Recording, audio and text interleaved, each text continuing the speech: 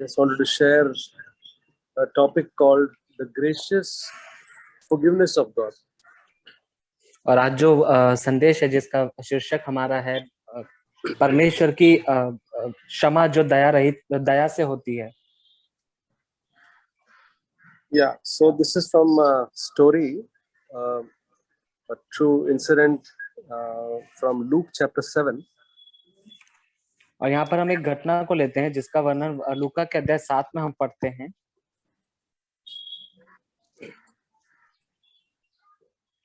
This particular story is very dear to my heart because I can identify myself with this incident. और यह जो घटना है जिसका वर्णन इस अध्याय में किया गया, यह मेरे हृदय के बहुत ही करीब है क्योंकि मैं अपने आप को इस घटना के साथ में अच्छी रीति से जोड़ पाता हूँ. And I pray that it will become not only just an encouragement to me, but really true in my life. और मैं केवल यह नहीं चाहता कि यह मेरे लिए एक प्रोत्साहन बने मेरे जीवन में, परंतु यह मेरे जीवन में सच भी हो जाए. This is about the incident of Jesus, a Pharisee, and a sinful woman. और यहाँ पर यह जो घटना जिसके विषय में हम बात करने वाले हैं, यहाँ पर यीशु मसीह, एक फरीसी और एक पापी स्त्री.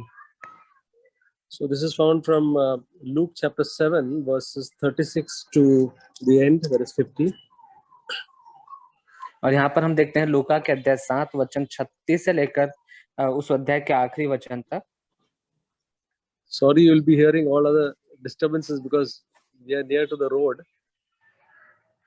मैं क्षमा चाहता हूँ कि आपको और भी अलग तरह की आवाजें सुनाई दे रही होगी क्योंकि मैं थोड़ा सड़क के समीप हूँ. Okay, so now this is a very familiar story which I'll just go through. और ये एक ऐसी घटना है जिससे हम सभी परिचित हैं. Verse 36 onwards. Now one of the Pharisees was requesting him to dine with him, and he entered the Pharisee's house and reclined at the table. फिर किसी 36वां वचन, फिर किसी फरीसी ने उससे विनती की कि वह उसके साथ भोजन करे, अतः वह उस फरीसी के घर में जाकर भोजन करने बैठा. One of the good things that we can find about Jesus' life is that whenever people invited him, whether it's a Pharisee or anybody, he made it a point to, when he felt that he should go, he made it a point to go there. और हम यहाँ पर यीशु मसीह के जीवन के विषय में एक बात को हम पढ़ते हैं और जानते हैं कि जब कभी कोई भी व्यक्ति, चाहे वह फरीसी हो या सामान्य साधारण सा व्यक्ति हो, यीशु मसीह को जब वो न्योता देता है, अपने घर पर भोजन पर आमंत्रित करता है, तो यीशु मसीह वहां पर जाने का मन बना लेते हैं. This Pharisee wanted Jesus to come because he respected Jesus, and he invited some other friends also, and they were all probably having a dinner or something like that. और यह फरीसी जो था वह यीशु मसीह का बहुत ही आदर करता था, इसलिए वो यीशु मसीह को आमंत्रित करता है अपने घर और साथ में वह अपने मित्रों को भी बुलाता है और वे सब मिलकर इकट्ठा होकर भोजन करने बैठते हैं. Verse 37, and behold, there was a woman in the city who was a sinner, and when she learned that he was reclining at the table in the Pharisee's house, she brought an alabaster vial of perfume. और वचन 37, उस नगर की एक पापीनी स्त्री यह जानकर कि वह फरीसी के घर में भोजन करने बैठा है, संगमरमर के पात्र में इत्र लाई. So here was a woman who, from the outside, she was a sinner, an immoral woman. Bible says, like maybe a prostitute, and she came into this house knowing that Jesus was there, and she bought a alabaster vial. It's a very good costly material, alabaster, and the perfume also is costly. So she bought that and came to this house. और हम यहाँ पर पढ़ते हैं कि एक पापीनी स्त्री, और बाइबल के अनुसार उस स्त्री को वेश्या के रूप में वेश्या कहा गया है क्योंकि उसने ऐसा पाप किया था और वह घर के बाहर थी. और उसे पता चलता है कि उस घर में जहाँ फरीसी है यीशु मसीह भोजन करने बैठे हैं, तो वो संगमरमर के पात्र में इत्र लेकर आती है. और यहाँ पर संगमरमर का जो पात्र है, वो बर्तन जिसमें वो इत्र लाई थी, वो दोनों ही वस्तुएं बहुत ही ज्यादा कीमती है, बहुमूल्य है. Verse 38, and standing behind him at his feet weeping, she began to wet his feet with her tears and kept wiping them with the hair of her head and kissing his feet and anointing them with perfume. पांवों के पास पीछे खड़ी होकर रोती हुई उसके पांवों को आंसुओं से भिगोने और अपने सिर के बालों से पोंछने लगी और उसके पांव बार बार उस चूम कर उस पर इत्र मला। So this is what the lady was doing after she came to this house, a total stranger, and to another house which was not she was not invited, and she was doing all these things, uh, you know, expressing herself with all her tears and doing all of the things there. और हम यहाँ पर वचन में पढ़ते हैं कि यहाँ पर यह जो स्त्री है जो पूरी तरह से अनजान है और उस ऐसे घर में वो चली जाती है जहाँ पर उसे आमंत्रित नहीं किया जाता और वहां पर वह जाकर इन सारे कार्यों को करती है। 39. When the Pharisee who had invited him saw this, he said to himself, "If this man were a prophet, he would know who and what sort of person this woman is who is touching him, that she is a sinner." और वचन 39 में हम यह पढ़ते हैं, यह देखकर वह फरीसी जिसने उसे बुलाया था अपने मन में सोचने लगा, यदि यह भविष्यवक्ता होता तो जान जाता कि यह जो उसे छू रही है वह कौन और कैसी स्त्री है, क्योंकि वह तो पापिनी है। So he was thinking, Jesus is one person who is holy and pure, and if he is really a holy and prophet, he would have known. I know that this lady is a sinner, but Jesus does not.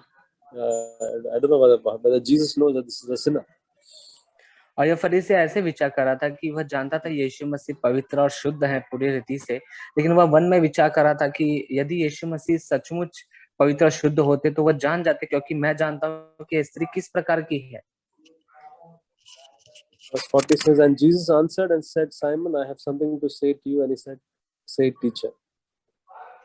और 40वां वचन, यीशु ने उसके उत्तर में कहा, हे शमौन, मुझे तुझसे कुछ कहना है। वह बोला, हे गुरु कह।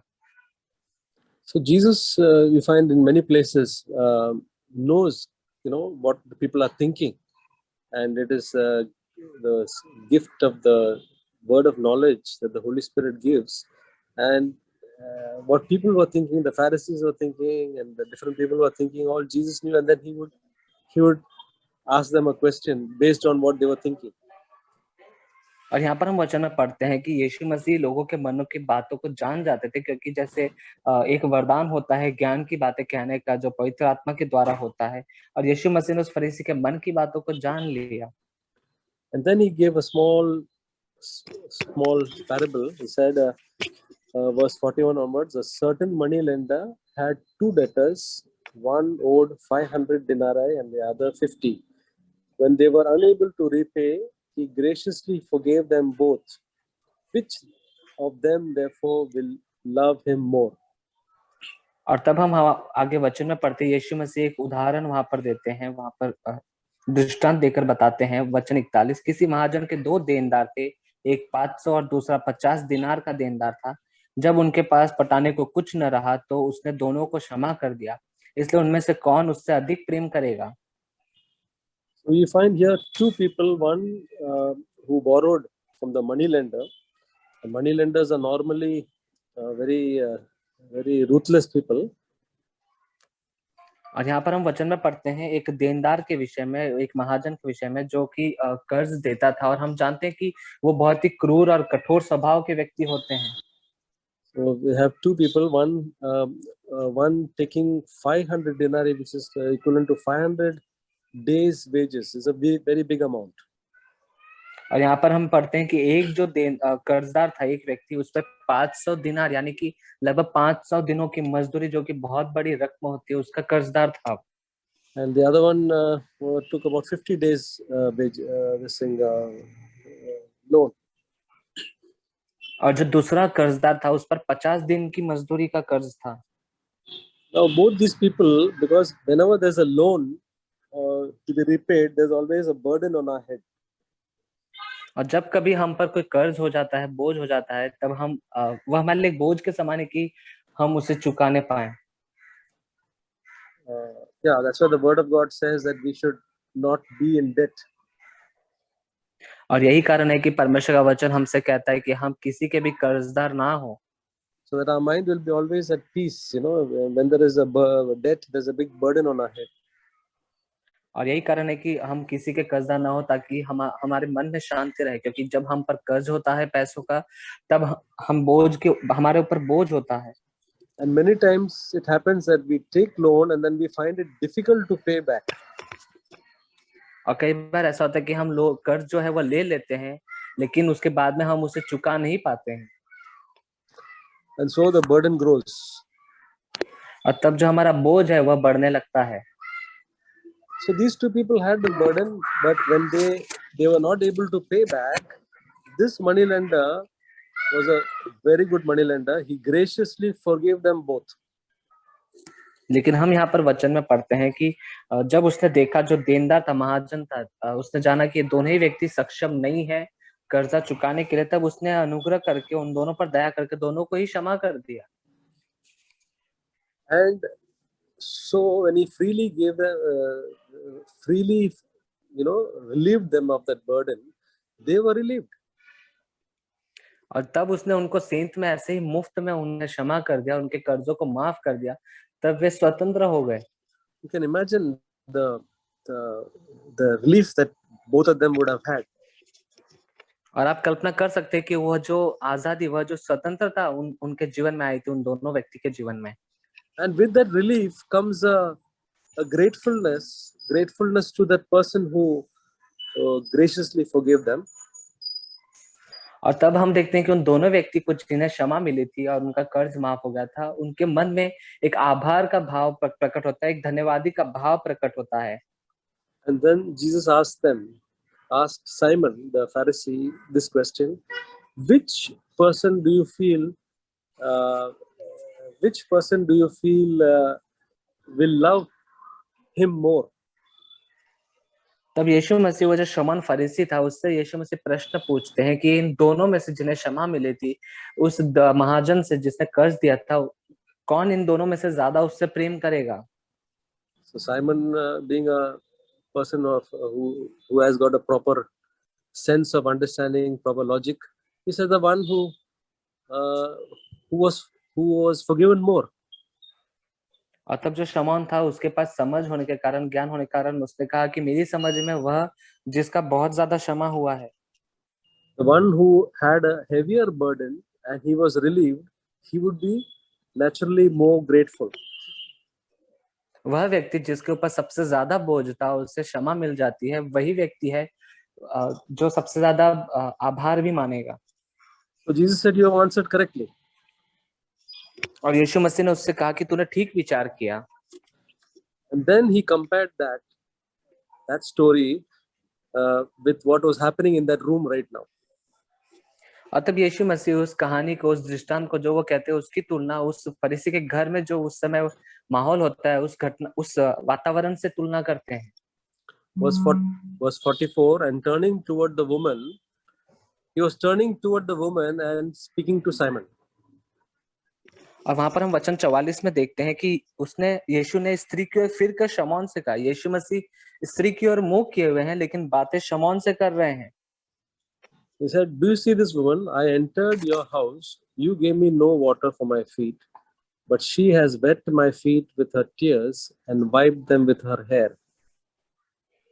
और यीशु मसीह वहां कहते हैं, क्या तू स्त्री को देखता है? मैं तेरे घर में आया, परंतु तूने मेरे पांव धोने के लिए पानी न दिया, पर इसने मेरे पांव आंसुओं से भिगोए और अपने बालों से पोंछा। So Simon, even though he invited Jesus very happily and set the table there, he did not feel that he should wash Jesus' feet. He did not feel that way. और हम यहाँ पर वचन में he just did not do that. हम यहाँ पर वचन में पढ़ते हैं कि ये फरीसी शमौन ने यीशु मसीह को खुशी खुशी अपने घर भोजन पर आमंत्रित किया, और उसने उस यीशु के लिए भोजन की मेज भी सजा दी, लेकिन वह इस बात की चिंता नहीं कर रहा था कि उसे यीशु मसीह का अभिवादन करना है, उसे उसका आदर सत्कार करके उसे पानी देना है पैर धोने के लिए। Probably he felt too respectable to do such a thing. और उसने ऐसे सोचा कि वह स्वयं इतना आदरमान और वह स्वयं इतना आदर पाने वाला व्यक्ति है, तो उसे जरूरी नहीं है। But he said that this lady who came here has washed my feet with her tears. लेकिन यीशु मसीह यहाँ पर कहते हैं कि ये इस स्त्री ने मेरे पैरों को आंसू से भिगोया है। To wash the feet with tears means a good amount of tears would have fallen. और यदि किसी के पैरों को धोने के लिए आंसुओं से भिगोना है तो बहुत ही ज्यादा मात्रा में आंसुओं की जरूरत होगी। And then she has wiped the feet with her hair. और उसने उसके पांवों को अपने बालों से पोंछा। One would always be careful about our body, and hair is a part of the body, and she used that hair to wipe Jesus' feet. और जैसे कि हमारे जो बाल है हमारे शरीर का एक अंग होने के कारण हम उसकी ज्यादा देखरेख करते हैं, लेकिन इस स्त्री ने अपने बालों से यीशु मसीह के पैरों को पोंछा। Verse 45, you gave me no kiss, but this since the time I came in has not ceased to kiss my feet. और वचन 45, तूने मुझे चूमा न दिया, पर जब से मैं आया हूँ तब से इसने मेरे पांवों का चूमना न छोड़ा। Probably there was a custom where they would hug each other, but this Simon did not feel that affection. He respected Jesus, but he did not go out of his way to just give him a hug or something like that. But this woman, she was kissing the feet of Jesus all the time. और हम शमौन फरीसी के विषय में पढ़ते हैं कि वह यीशु मसीह को पसंद जरूर करता था, लेकिन उससे वह इतना लगाव नहीं रखता था। उसने जरूर नहीं समझा कि वहां पर ऐसी रीति होती थी कि एक दूसरे को आपस में गले लगाने की, और शमौन ने यीशु मसीह को गले नहीं लगाया, लेकिन यह स्त्री थी, यह यीशु मसीह के पैरों को चूम रही थी, और जब से वह तब से वो उसको चूमना न छोड़ा। Then verse 46, you did not anoint my head with oil, but she has anointed my feet with perfume. और हम वचन 46 में पढ़ते हैं, तूने मेरे सिर पर तेल नहीं मला, पर इसने मेरे पांवों पर इत्र मला है। So this woman considered herself too less to touch his head, but she anointed his feet with perfume. और हम यहाँ पर पढ़ते हैं कि वह स्त्री जो अपने आप को बहुत ही अयोग्य सा, बहुत ही कम और नीचा जानती थी और समझती थी, वह यीशु मसीह के बालों को छूना नहीं चाहती थी, इसलिए उसने उसके बालों पर, सर पर इत्र उंडेल दिया। And this was not mere small cheap perfume, but something she went to the place and bought the best of all, and in an alabaster vial, which is also a very costly material. और हम यहाँ पर पढ़ते हैं उस इत्र के विषय में कि वह इत्र कोई मामूली सा इत्र नहीं था, परंतु वह बहुत ही ज्यादा बहुमूल्य महंगा था। उसने बहुत ही महंगे में इसे खरीदा था, और जिस पात्र में, वह संगमरमर का पात्र, वह भी बहुत ही ज्यादा बहुमूल्य था।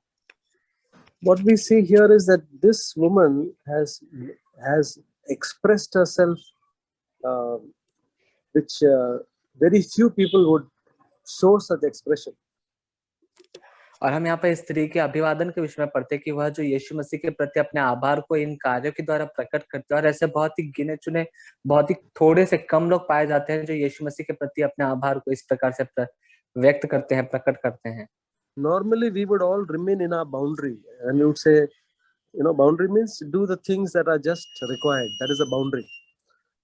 और कई बार हमारे साथ अक्सर ऐसा होता है कि हम अपनी सीमा में ही रहकर कुछ कार्य को करते हैं। सीमा में रहकर मतलब कि हम देखते हैं कि कितनी ज्यादा हमें आवश्यकता है, उतना जरूरत के अनुसार हम करते हैं। Now to cross the boundary, you need some guts. और यदि आप अपनी सीमा को लांघना चाहते हैं और सीमा से बाहर निकलकर बढ़कर कुछ करना चाहते हैं, तो आप उसके लिए आपको हिम्मत और धैर्य की आवश्यकता है। You need to break all the shyness, all the inhibitions, and then only you can cross. And this woman crossed all boundaries. और तब आप यदि ऐसे कार्य को करना चाहते हैं, तब आपको आपकी सारी लाज और शर्म को छोड़कर आगे बढ़कर जैसे स्त्री ने किया वैसे करना होगा। Normally we are kept in our boundaries because of the fear of man. और अक्सर हम जो अपनी सीमा में ही रहकर सारे कार्यों को करते हैं क्योंकि हम लोगों से डरते हैं। What people will think. लोग क्या सोचेंगे। But when we are not bothered about what people think, but want to do what from our heart something, then we cross the boundaries. लेकिन जब हम यह सोचने के बजाय कि लोग क्या सोचेंगे और कहेंगे, हम हमारे हृदय से जब हम इस कार्य को करना चाहते हैं, तब हम अपनी सीमा को सीमा से बाहर निकलते हैं। Now, this was the expression this woman showed just because in Jesus she saw total forgiveness. और कारण यह था कि क्या स्त्री अपने इस अभिवादन को इस प्रकार से प्रकट कर रही थी, क्योंकि यीशु मसीह के अंदर उसने पूरी रीति से अपने अपने प्रति उस दया और उस क्षमा को, उस कृपा को उसने अनुभव किया। All the burden which she came went away in the room. It just went away. और वह सारा बोझ जो वह अपने साथ में लेकर उस कमरे में आए थे, उस कमरे के अंदर ही उसके सारे बोझ दूर हो गए। That burden did not remain.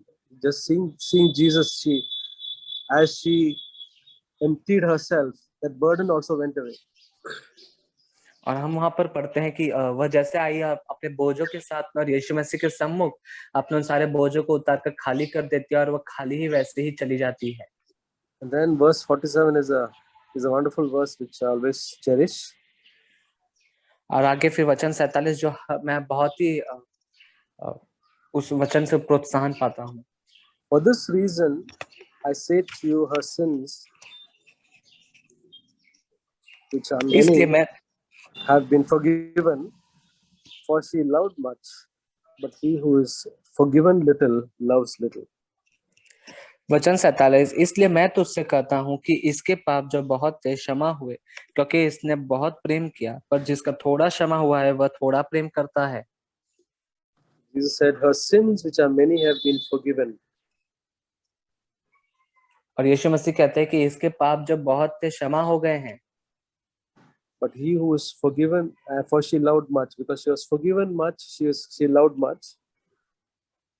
और यही कारण है कि वह बहुत ज्यादा प्रेम करती है, क्योंकि उसके पाप बहुत थे जो क्षमा हो गए, इसलिए वह बहुत प्रेम करती है। लेकिन जो जिसका थोड़ा क्षमा हुआ, And then says, he who is forgiven little loves little. और आगे वह कहता है कि जिसका थोड़ा सा क्षमा हुआ है वह थोड़ा सा प्रेम करता है। Now, when we think of these two people, Simon the Pharisee and the woman, in the sight of God, who's the big sinner? Only God knows. और यदि हम इन दोनों व्यक्ति के विषय में कल्पना करें और हम इनकी तुलना करें कि एक फरीसी शमौन और दूसरी वह स्त्री, तो परमेश्वर की दृष्टि में कौन सबसे ज्यादा पापी है, यह तो परमेश्वर जानते हैं। I believe in the sight of God, both were equal sinners. और मैं यह विश्वास करता हूँ कि परमेश्वर के सम्मुख उसकी दृष्टि में दोनों ही एक समान पापी हैं। Both were sinners, but one felt he was forgiven more, and the other felt he was forgiven little. और इन दोनों ही पापी लोगों में जो एक समान पापी है, उनमें से एक को आभास हुआ कि उसे बहुत ज्यादा क्षमा मिला है, इसलिए वह बहुत ज्यादा प्रेम करता है। लेकिन दूसरे ने जाना कि उसे थोड़ा सा क्षमा मिला है, इसलिए वह थोड़ा प्रेम करता है। Simon felt that he was a respectable person in the society, and that he was not such a sinner. और शमौन जो था वह अपने विषय में ऐसे सोचता था कि वह समाज में और बाहर लोगों के बीच में आदर सम्मान पाने वाला व्यक्ति है और वह इतना बड़ा पापी नहीं है। He did not think of all the self-righteousness in him and all the other things which he thought was little sins. He did not think that God considers all sin as sin. और शमौन ऐसे सोचता था वह कि शमौन जो स्वयं धर्मी था वह इस पर ध्यान नहीं देता था और ऐसे पापों को वह सोचता था कि वह थोड़े छोटे से पाप हैं, जबकि वह इस बात को नहीं जानता था और ध्यान देता था कि परमेश्वर की दृष्टि में सारे पाप पाप ही होते हैं। He could think of that woman and say, such a sinner she is. और वह स्त्री को देखकर उसके विषय में ऐसे भी सोच रहा था कि यह कितनी पापी स्त्री है। Brothers and sisters, when we have that mindset, we must really know that we are the greatest sinners, and we think of others as sinners. और भाइयों बहनों, हमारा भी जब ऐसा स्वभाव होता है और नजरिया होता है देखने का कि हमसे बढ़कर हम पापी हैं, लेकिन हमसे बढ़कर जो दूसरे हैं वो और भी ज्यादा पापी हैं। So, in our Christian life, the greatest need is to love God more. और हमारे मसीह जीवन में हमारी सबसे बड़ी आवश्यकता है कि हम परमेश्वर से और ज्यादा प्रेम करें। God loves us so much. परमेश्वर हमसे बहुत ज्यादा प्रेम करते हैं। That is one side of the story. और वह कहानी का एक भाग है। But what about our love for him? लेकिन हमारा प्रेम परमेश्वर के प्रति इसके विषय में क्या कहें? It is only dependent on this to know how much God has forgiven us. और यह केवल इसी बात पर निर्भर करता है कि कितना परमेश्वर ने हमें क्षमा दिया है। And that is the only reason why some people show that love and affection for God more and some show it very less. और यही कारण है कि कुछ लोग होते हैं जो अपने प्रेम को परमेश्वर के प्रति जो है वह बहुत ही ज्यादा और दिखाते हैं और करते हैं, लेकिन कुछ हैं जो बहुत ही कम दिखाते हैं। That is, I mean, we all desire in our church that all of us love Jesus very much. और हम सभी अपने कलीसिया में हम सभी व्यक्ति जो लोग हैं ऐसा सोचते हैं कि हम यीशु मसीह से और ज्यादा प्रेम करते हैं। But brothers and sisters, some of us are struggling to love God. लेकिन भाई और बहनों, हम में से कुछ ऐसे हैं जो संघर्ष कर रहे हैं परमेश्वर से प्रेम करने के लिए। And there are others who naturally have a tremendous love and devotion for Christ. लेकिन कुछ ऐसे भी हैं जिनके अंदर स्वाभाविक रूप से परमेश्वर के प्रति वह आभार और वह प्रेम प्रकट होता है। Now to bring the others who are struggling to love God, we cannot do it by any amount of advice or any amount of coaxing. It cannot be done. और ऐसे लोग जो परमेश्वर से प्रेम करने में संघर्ष कर रहे हैं, उन्हें परेशानी हो रही है, कठिनाई हो रही है, आप उन्हें किसी भी प्रकार की बहुत सारी सलाह देने के द्वारा या उपदेश देने के द्वारा आप उनकी किसी भी तरह से मदद नहीं कर सकते। It's only when our own eyes are open to know how much God has forgiven us, then only our love for God will keep on increasing. और यह केवल तभी होगा जब हमारी आंखें, स्वयं की आंखें खुल जाएगी और इस बात को हम देख पाएंगे कि कितना हमें प्रभु ने दया दिखाकर क्षमा किया है, तब हम उनसे प्रेम कर पाएंगे। So, sisters, I want to say some few things like how we can know that, we can really realize the burden of our sins and how much God has been merciful to us. अब भाई और बहनों, मैं आपके सामने कुछ बातें बांटना चाहता हूँ, रखना चाहता हूँ, जिसके द्वारा हम अपने विषय में जान सकते हैं कि और आभास कर सकते हैं कि हमारे जो पापों का बोझ था वह कितना था और कितना हमें प्रभु ने क्षमा किया है। We are not aware of how many sins and how much things we have done against God. और हम सभी इस बात को जानते हैं कि हमने कितनी बुरी बातें और कामों को परमेश्वर के विरुद्ध में जाकर किया है। Think about the people that we have mistreated even in our past, and we are not able to rectify that, but they're not even able to tell them sorry about it. और कल्पना करें, उन सारे लोगों के विषय में विचार करें जिन्हें आपने अपने बीते हुए समय में, बीते हुए काल में आप उन लोगों के साथ में जिनके साथ आपने दुर्व्यवहार किया है, बुरा बर्ताव किया, और आप अपनी उन गलतियों को सुधार नहीं सकते, यहाँ तक कि उनसे आप क्षमा भी नहीं मांग पाए। As we look back, we can think of the people we have done harm, spoken ill, spoken bad things about them, but now there is no way of even rectifying that. और ऐसे भी लोगों के साथ में जिनके हमने नुकसान पहुंचा, उनको ठेस पहुंचाई है, उनके साथ बुराई की है, उनके साथ में बुराई का व्यवहार किया है, और ऐसे कार्यों को जिसको हम अपनी गलती को सुधार भी नहीं सकते। Think of the people, things that we have cheated or robbed or stolen, or small things from the past, and other things which and some small and some very big things which we cannot do anything about it now. और ऐसे बातें, ऐसे लोगों के विषय में विचार करें जिनकी कुछ वस्तुओं को या बातों को, कोई भी चीजों को आपने चुरा लिया है या उनसे आपने झपट लिया है, उन्हें धोखा देकर आपने लिया है, और आप उसके विषय में आप कुछ भी नहीं कर सकते हैं। And the ones who are indebted to such things more will find the relief more. और एक व्यक्ति जो अपने आप को इस प्रकार के भारी बोझ के नीचे कर्जदार मानता है, वह आज अपने आप को सबसे ज्यादा स्वतंत्र भी मानेगा और प्रेम करेगा। Think of the things daily that we fall, even now, in thought, word, and deed, and so many things that we do contrary to the will of God, and we go to God and God forgives us. और अब भी आप अपने जीवन में कई सारी ऐसी बातों के विषय में विचार करें कि आप हर रोज अपने दिन प्रतिदिन जीवन में जिन बातों में आप गिरते हैं, आपके सोच विचार में कोई बात ऐसी होती है और आप परमेश्वर के पास जाते हैं या कुछ परमेश्वर की इच्छा को आप पूरा नहीं करते हैं उस दिन के लिए, उस काम को, और प्रभु के पास जाते हैं और वो प्रभु आपको क्षमा करता है। Still, do we feel that God has forgiven us little? और जब तक हमें यह एहसास रहता है कि हमने प्रभु से थोड़ा ही क्षमा पाया है, Yeah. When we look into our life, we can ask the question: how much has God forgiven me? And we should come to the place, we should come to the place where says, God has forgiven me so much. और हम सभी अपने जीवन में झांक सकते हैं, देख सकते हैं कि प्रभु ने मेरे लिए क्या कुछ किया है और कितना मुझे प्रभु ने क्षमा किया है। He not only forgiven me, He has given me a place in His kingdom to be His beloved child. और न केवल प्रभु ने मुझे मेरे जीवन में मेरे किए हुए पापों से मुझे क्षमा दिया, परंतु उन्होंने मुझे अपने राज्य में उनकी संतान कहलाने का एक स्थान भी दिया है। And that will cause us automatically to love Him.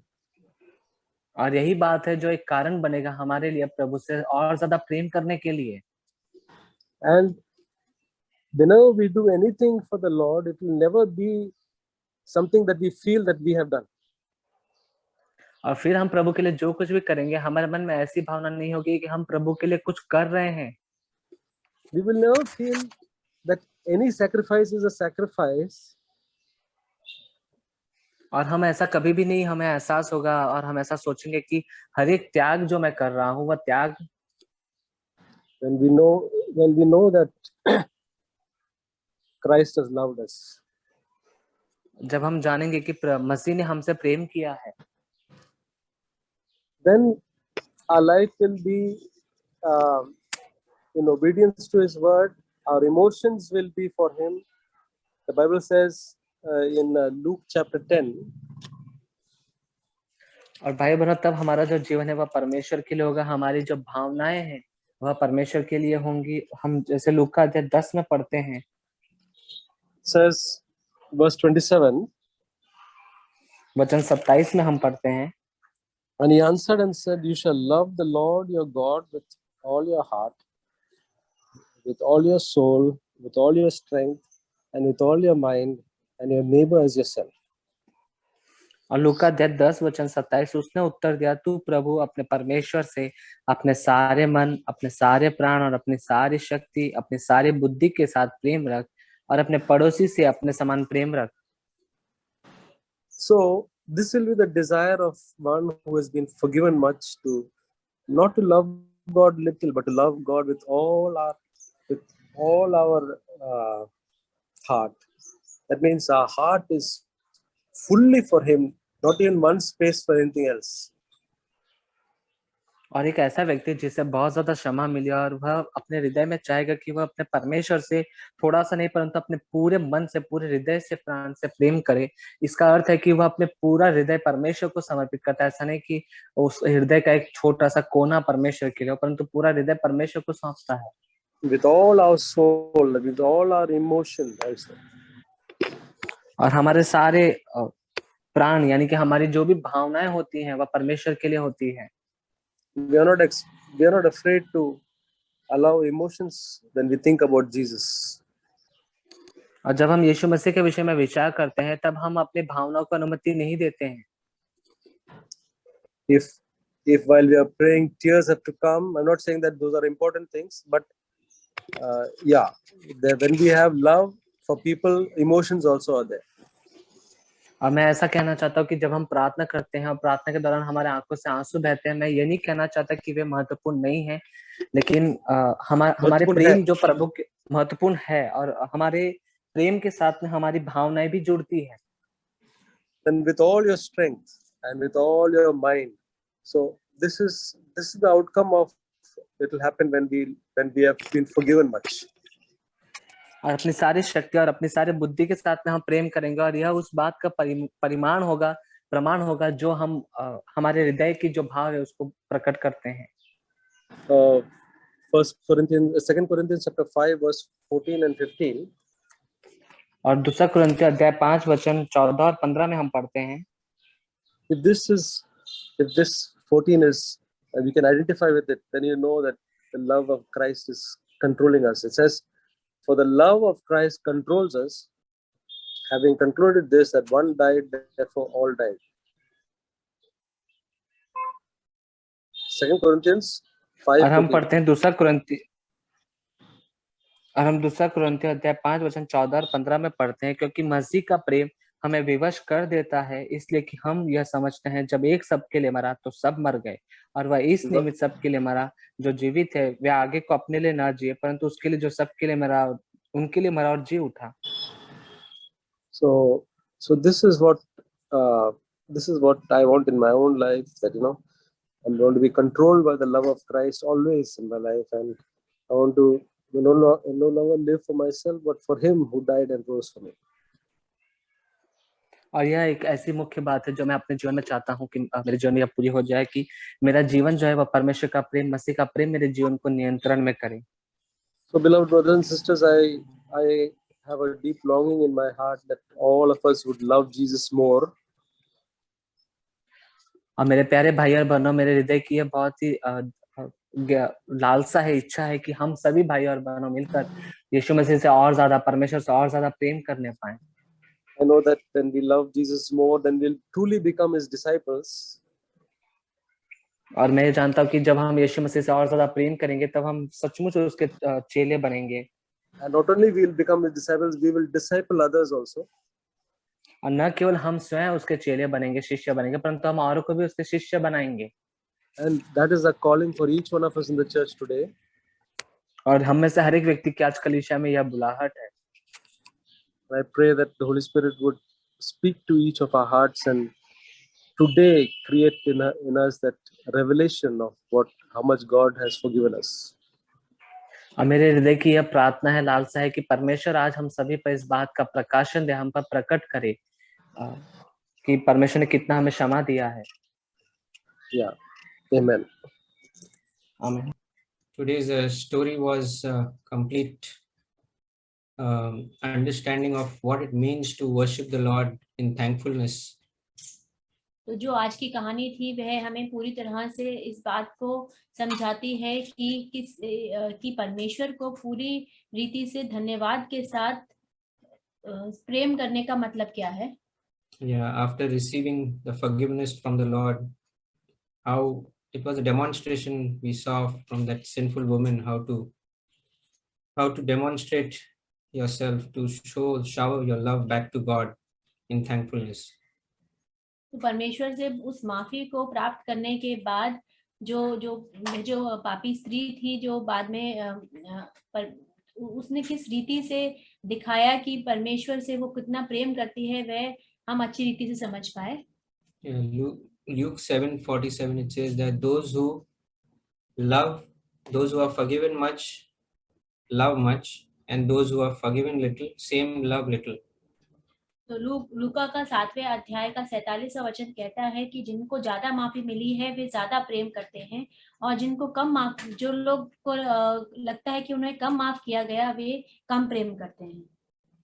Yeah, that's true of each one of our lives. The degree to which we love back Jesus, it shows that how much we have been forgiven, that much only we'll be able to love him back. और ये हम सब लोगों के जीवन में भी लागू होता है कि हम में से जो लोग सोचते हैं कि उनको ज्यादा माफी मिली है, उन लोग वे लोग हैं जो परमेश्वर को ज्यादा प्रेम करेंगे। And those who are forgiven a little will also thank the Lord and show his adoration to the Lord in the little things. He'll always see how much little I can do for the Lord. और जिनको कम माफी मिली है वे हमेशा परमेश्वर को ज्यादा प्रेम नहीं कर पाएंगे, थोड़ा ही अपने दायरे में रहते हुए प्रेम करेंगे, और उसी दायरे में रहते हुए परमेश्वर की और अपनी सेवकाई या तो उसका धन्यवाद करेंगे। Yeah, brother. I would go straight at what Matthew brother said. It's very true that forgiveness, if we don't have for others, and we say we love God, So how I would say that the God that is invisible, you say you love, that we say we love, and the ones who are visible to us, we have so much hatred and bitterness for them. तो मैं सीधा आज के जो भाई Matthew ने बांटा उसी में आगे बताऊंगा कि जैसे उन्होंने बांटा कि अगर हम पृथ्वी के लोगों को माफ नहीं कर पाएंगे तो हम कैसे इस बात को बता सकते हैं कि परमेश्वर ने हमें कितना माफ किया है. That's why God says in Matthew 5, it says in verse 24, leave your gift therefore before the altar and go. First be reconciled to your brother and then come and offer your gift. तो मत्ती के 5वें अध्याय का 24वां वचन कहता है, और जाकर पहले अपने भाई से मेल मिलाप कर तब आकर अपनी भेंट चढ़ा. And to reference to this, I want to read from the same chapter from verse 43.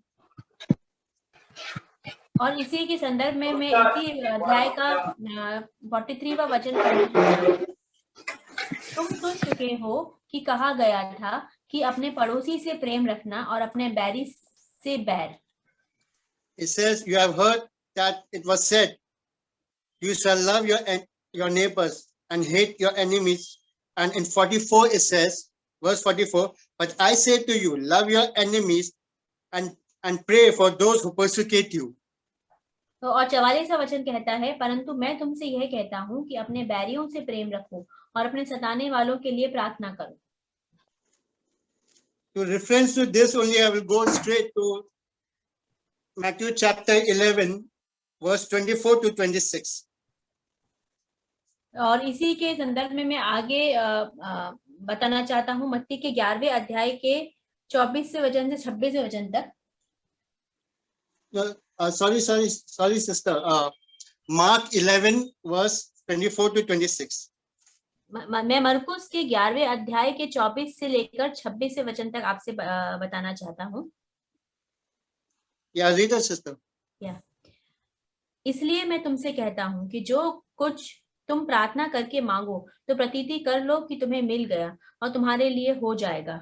और जब कभी तुम खड़े हुए प्रार्थना करते हो तो यदि तुम्हारे मन में किसी की ओर से कुछ विरोध हो तो क्षमा करो, इसलिए कि तुम्हारा स्वर्गीय पिता भी तुम्हारे अपराध क्षमा करे. और यदि तुम क्षमा न करो तो तुम्हारा पिता भी जो स्वर्ग में है तुम्हारा अपराध क्षमा न करेगा. So this is what God is telling us.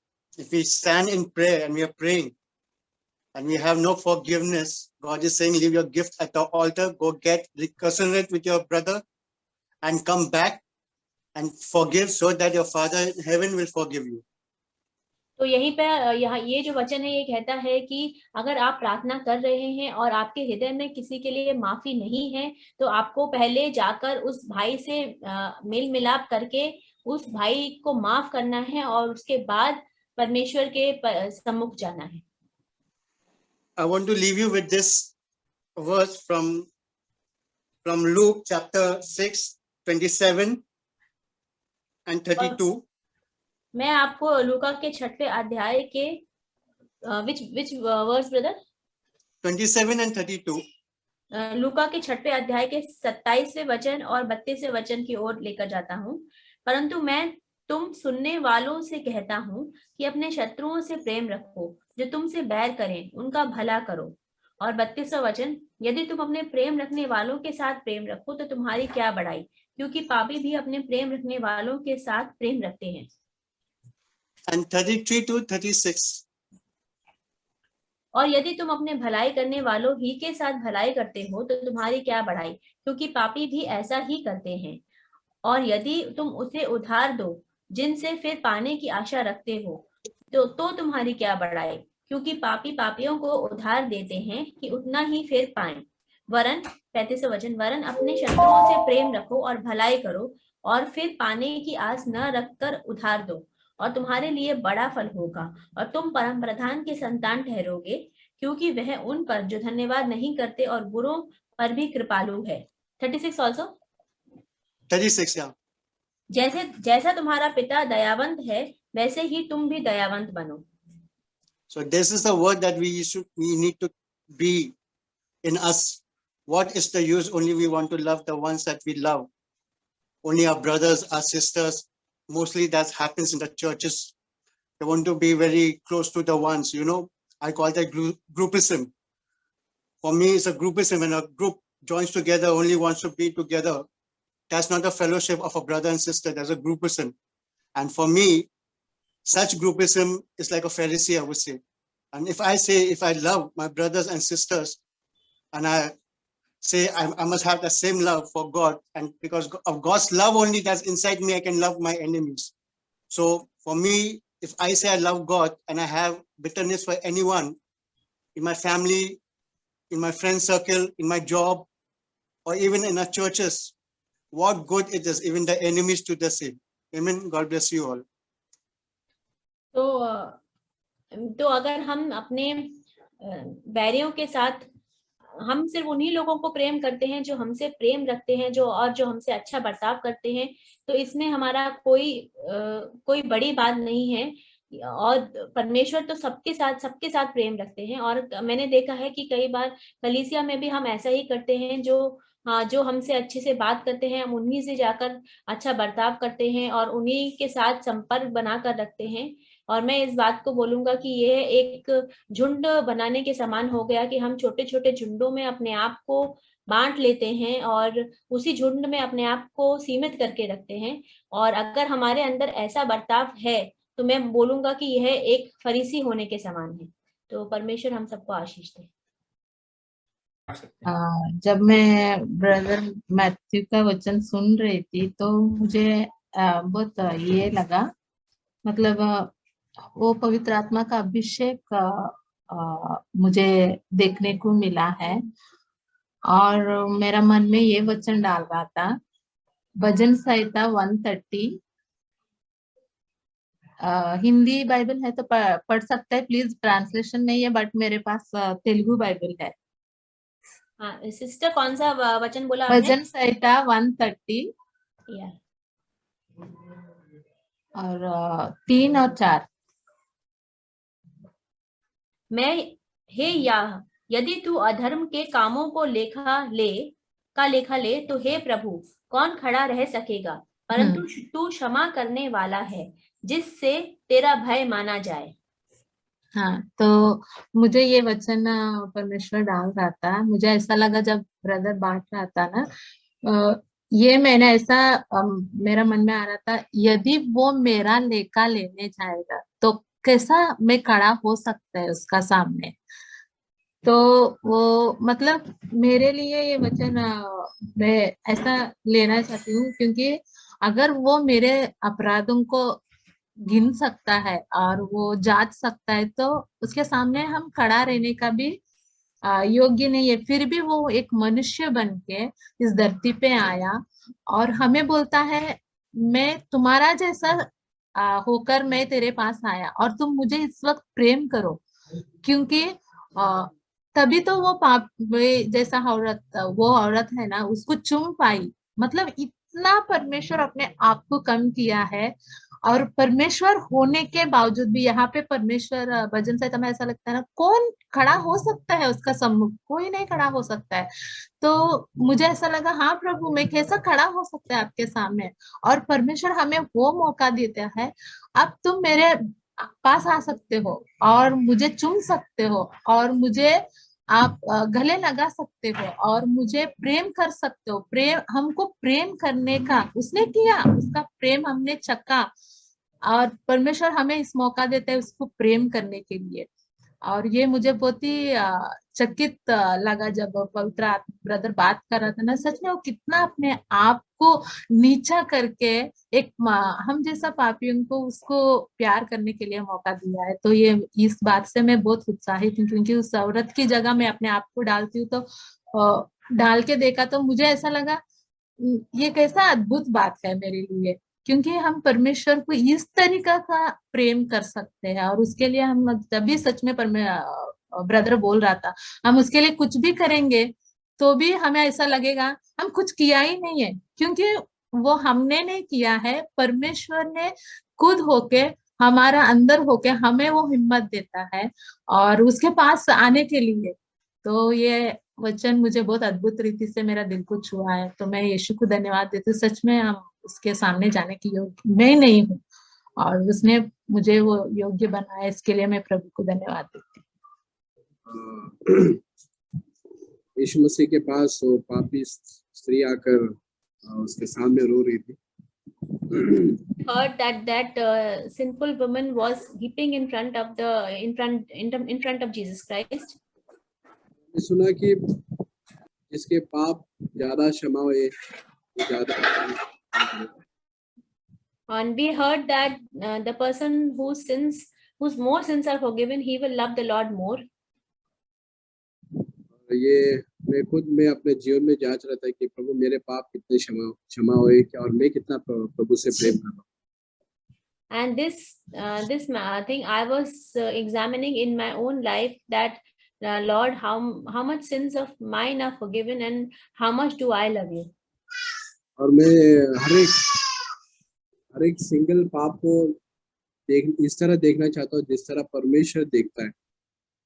And I want to look at each and every sin from the same manner as the Lord looks at them. मैं देखता हूँ कि परमेश्वर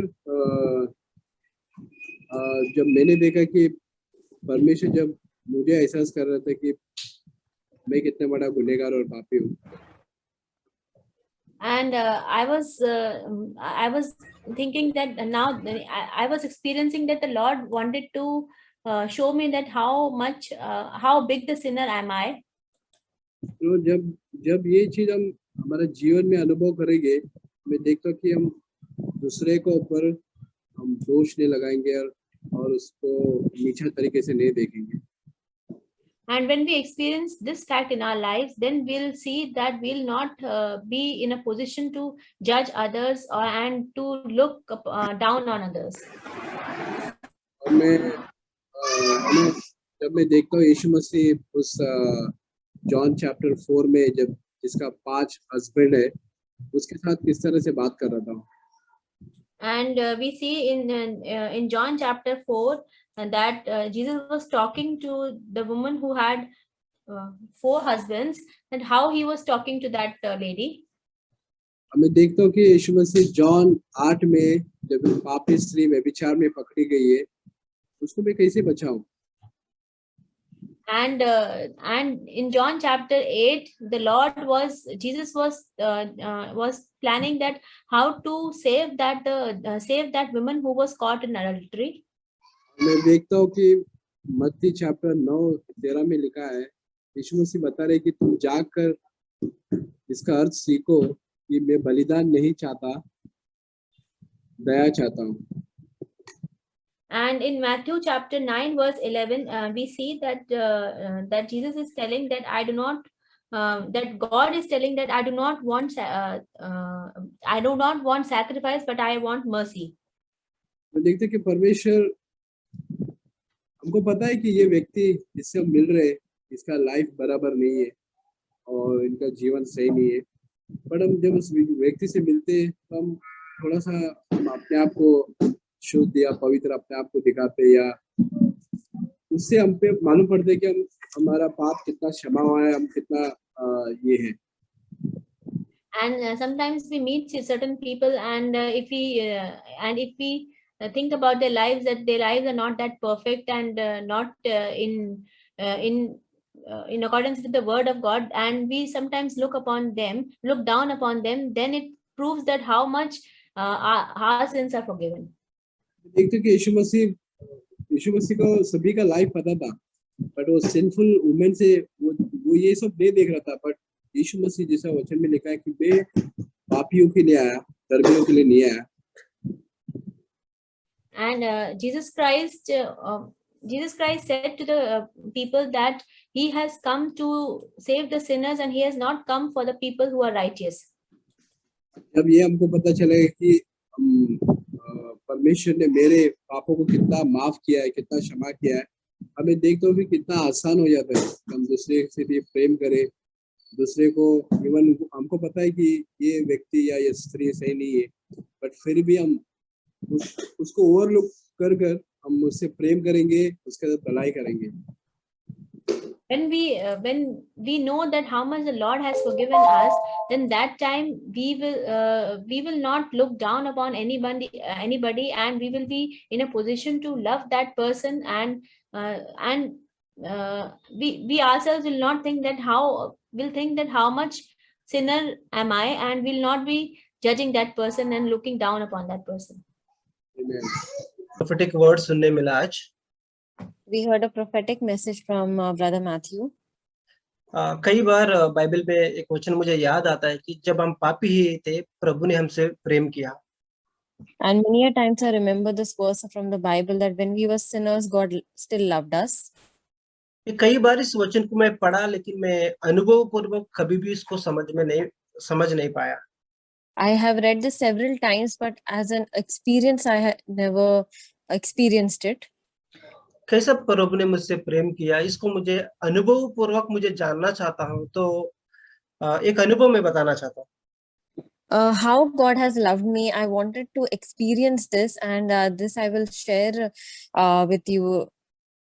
या बहुत प्राचीन लोग या पास्टर्स या बुजुर्ग लोग मेरे साथ इस वचन को शेयर कर रहे थे, लेकिन ये सिर्फ एक बोली की जैसा है, लेकिन मेरे जीवन में एक अनुभव की जैसा नहीं थी। And many pastors shared this verse with me, but this was just as words in my life, but not a real life experience. तो कुछ साल पहले मैं ऐसा व्यक्ति को देखा था, जो व्यक्ति के पास पैर है लेकिन चल नहीं पा रहा था, हाथ है कुछ फैला नहीं पा रहा था, मुंह है नहीं बोल नहीं पा रहा था, सब कुछ डेड है उसके शरीर के अंदर। So I saw one person who had feet but couldn't walk, had hands but couldn't use it, and he had all these body parts but he couldn't use it at all. उसके पास आंख है, देख पा रहा है, लेकिन वो आंख से वो दूसरों को वो कुछ बोल नहीं पा सकते, क्योंकि बोलने के लिए उसको मुंह चाहिए, वो मुंह काम नहीं कर रहा है वहां पर।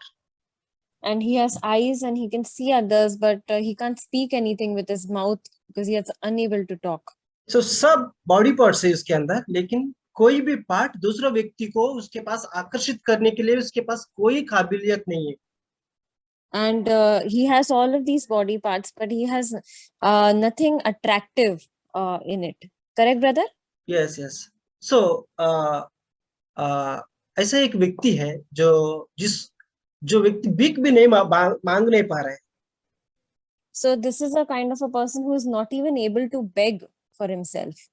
या ब्रदर्स एंड सिस्टर, अगर आपके पास कोई भीख मांगने वाले आते हो, आप तुरंत 1 या 2 रुपया या 5 रुपया, ज्यादा से ज्यादा दया होगा तो 100 रुपया आप देते रहेंगे। So brothers and sisters, if anyone comes begging to you, you will be merciful and you will give 2 rupees, 10 rupees, or if you're very sympathetic, you might even give him 100 rupees. और ये भीख मांगने वाला आपसे मांग रहे इसलिए आप दे रहे। And because this person is begging for it, that's why you give it. So लेकिन यहाँ पर एक व्यक्ति है, इसके शरीर के सारे अंग मृत्यु की दशा में है और भीख भी नहीं मांग पा रहे, लेकिन सामने वाला व्यक्ति आकर उसको बहुत सारा पैसा हाथ में रख रहा है। And here is a person who is not even in a state to beg, and he is in a very fatal state, and yet there is one person who comes and gives him lot of things. तो तब पवित्र आत्मा मेरे अंदर वो रोशनी दिया कि प्रभु ने किस तरह मेरे सारी पापों को, अधर्मों को क्षमा किया। And this is how God gave me revelation, that this is how God has forgiven my sins. तब मैं समझ में आया कि जब मैं पापी था, प्रभु ने मुझसे कितना प्यार किया। And then I understood that when I was in my sins, and even in that state, God loved me. So एक इस पैराबल में हम देखते हैं कि स्त्री की पाप क्षमा हो गया, उसका एक चिन्ह है कि जब उसने जाना कि यीशु मसीह फरीसी घर पे खाने आया, तुरंत उठकर वहां पर कोशिश की आने के लिए। So on the parable that we heard, we saw this woman, as soon as she came to know that Jesus is coming at the Pharisee's house, she immediately went to that house. और इतना ही नहीं कि वो आके यीशु के सामने नहीं खड़े हो गई, उस बाइबल में लिखा है उसके पीछे, पाँव के पीछे खड़ी थी और कंटिन्यूअसली लगातार वो रोती रही। and it's not like she just came to the house, but she came there and she was weeping at Jesus' feet, standing behind Jesus.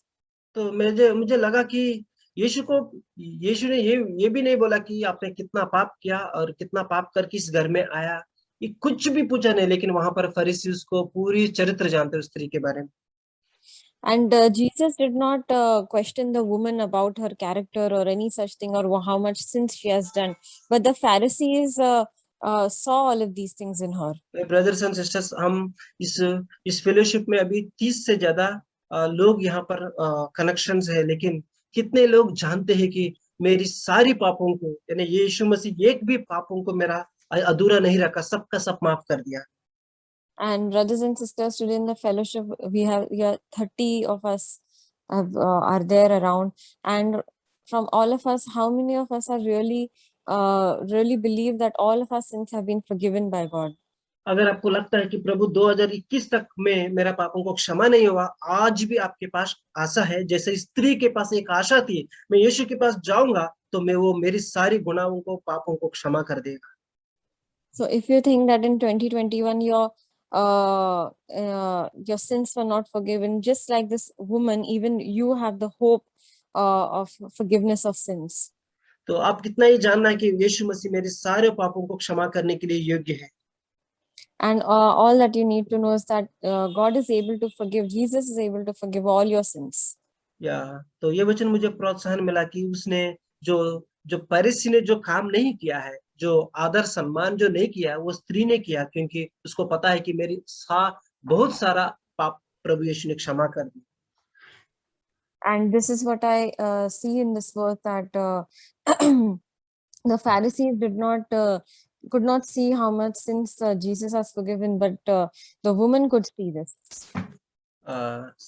Sister, ऐसा नहीं कि फरीसी को पता नहीं है कि उनकी पाप क्षमा हुआ नहीं, लेकिन यीशु मसीह को पता है कि स्त्री को पता है कि यीशु मसीह मेरा सारी पापों को क्षमा कर देगा। So the Pharisees are not aware that their sins are forgiven, but the woman was more aware of how much her sins have been forgiven by Jesus. ये हमारे लिए एक आशा है। And this is our hope. Praise God. आज ही मैंने इस वचन को बहुत अच्छे से फिर से जब मेरा नजर गया, तो मैंने ये जब देखा कि परमेश्वर ने, हम प्रेम करते क्योंकि परमेश्वर ने पहले हमसे प्यार किया। तो जब हम किसी की गलतियों को भी नजरअंदाज करते हुए उससे प्यार करते हैं, या तो सबसे पहले हमको ये रिकॉग्नाइज करना बहुत जरूरी है कि यीशु मसीह ने हमसे पहले प्यार किया है। जब हम उसके बलिदान को, उसकी क्रूसिफिकेशन को हमेशा याद रखेंगे, तभी हम किसी की गलतियों को नजरअंदाज करते हुए उससे प्यार कर पाएंगे, क्योंकि हमको उसके प्यार की हमको इज्जत है कि परमेश्वर ने हमसे पहले प्यार किया है। अदरवाइज जब तक हम उस चीज को अपने दिल से समझ नहीं पाएंगे, तब तक हम किसी और से प्यार करना हमारे लिए बहुत मुश्किल हो जाएगा। और हम सोचेंगे कि वो बंदा, जो भी पर्सन है, उससे हम कुछ बेटर है, हमने इतना ज्यादा पाप नहीं किया जितना सामने वाले बंदे ने पाप किया है। तो जब तक हम अपने आप को ये रिकॉग्नाइज नहीं कर पाएंगे कि यीशु मसीह ने हम जैसे भी है, जैसे भी थे और जैसे भी हम बनेंगे, वो जानते हुए भी परमेश्वर ने हमसे प्यार किया है और अपना क्रूसिफिकेशन, अपना बलिदान दिया है। उसने हमसे पहले प्यार किया ताकि हम किसी और से भी सेम वे हम लोग प्यार कर सके।